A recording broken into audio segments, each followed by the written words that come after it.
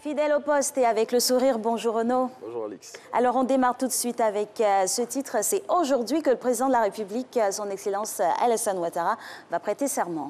Bonjour à tous. Oui, aujourd'hui, le grand jour, c'est avec cette une que le Patriote parle de la cérémonie de ce jour, cérémonie à laquelle, selon le confrère, pour laquelle, selon le confrère, un intense ballet de chefs d'État est observé depuis hier à Abidjan. Petite illustration de ce ballet diplomatique ici à l'image avec le Premier ministre Ahmed Bakayoko accueillant à son arrivée le président congolais Denis Sassou Nguesso. Tout à fait. Et on a encore de grandes personnalités et autres personnalités qui sont attendues pour cette investiture. On y reste donc sur le même sujet. Oui, et c'est avec le quotidien Le Matin qui lance à sa une Alassane Ouattara, Paris tenu. Selon le confrère, de grandes innovations sont annoncées à l'occasion de cette prestation de serment du chef de l'État pour laquelle, on l'a dit tantôt, plusieurs chefs d'État, de gouvernement et d'anciens présidents sont présents dans la capitale économique ivoirienne. Et l'intelligent d'Abidjan décide d'éclairer les lanternes quant au premier mandat du président de la République, de la Troisième République. Afin d'apporter des éclairages quant aux amalgames qui sont souvent faits sur le nouveau mandat du président de la République, l'intelligent d'Abidjan dit tout sur la différence entre ce mandat et ceux de 2010 et 2015 sous la Deuxième République. On passe maintenant à l'opposition ivoirienne qui fait du surplace. C'est l'information que livre l'Inter à la une de son numéro de ce jour. Selon le confrère, l'opposition est en panne de stratégie face au président Alassane Ouattara. Pour étayer cette affirmation, l'Inter relaie les propos de Bamba Moriféré, un des membres de cette opposition, qui a déclaré, je cite, « Nous n'avons plus le droit à l'erreur » ou encore « L'opposition unie gagnerait à se réorganiser ».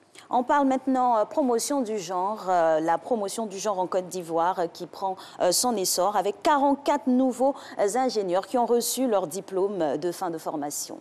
Ces nouveaux experts en genre ont reçu leur parchemin ce samedi. À cette occasion, Mme Euphrasie Yao, titulaire de la chaire UNESCO Eau, Femmes et Pouvoir de Décision, a déclaré notamment selon Soir Info qu'avec cette promotion, qui est la troisième depuis le lancement de ce module de formation, que le moment était favorable pour faire bouger les lignes dans notre pays en faveur de la promotion du genre. Et on profite pour féliciter Mme Sonia Aka qui faisait partie de cette promotion. Alors, environ 5000 enfants naissent chaque année en Côte d'Ivoire.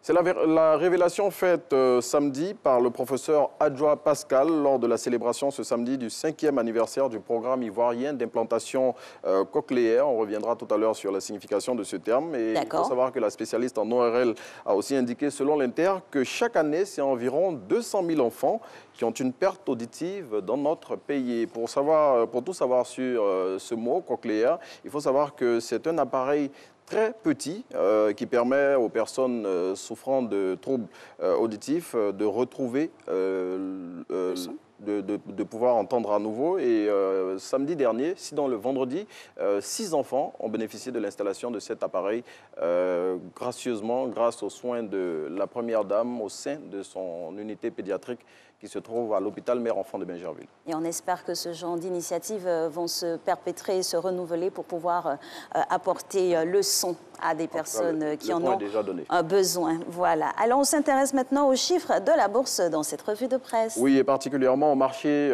régional qui s'est montré assez résilient à sa clôture le vendredi dernier.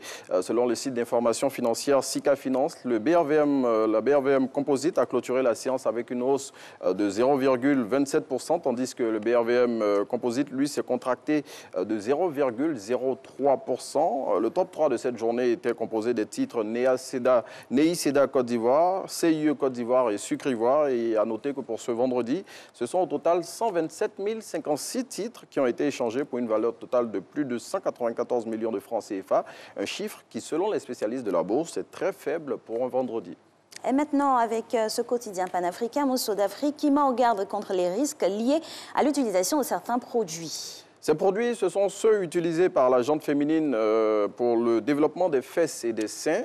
Les concernant, le confrère indique qu'ils représentent un réel danger pour la santé. Et à lire aussi dans l'hebdomadaire de la femme cette semaine, un papier sur l'une des révélations du moment de la musique ivoirienne, celle qui détient les clés du paradis sur terre, j'ai nommé Moula.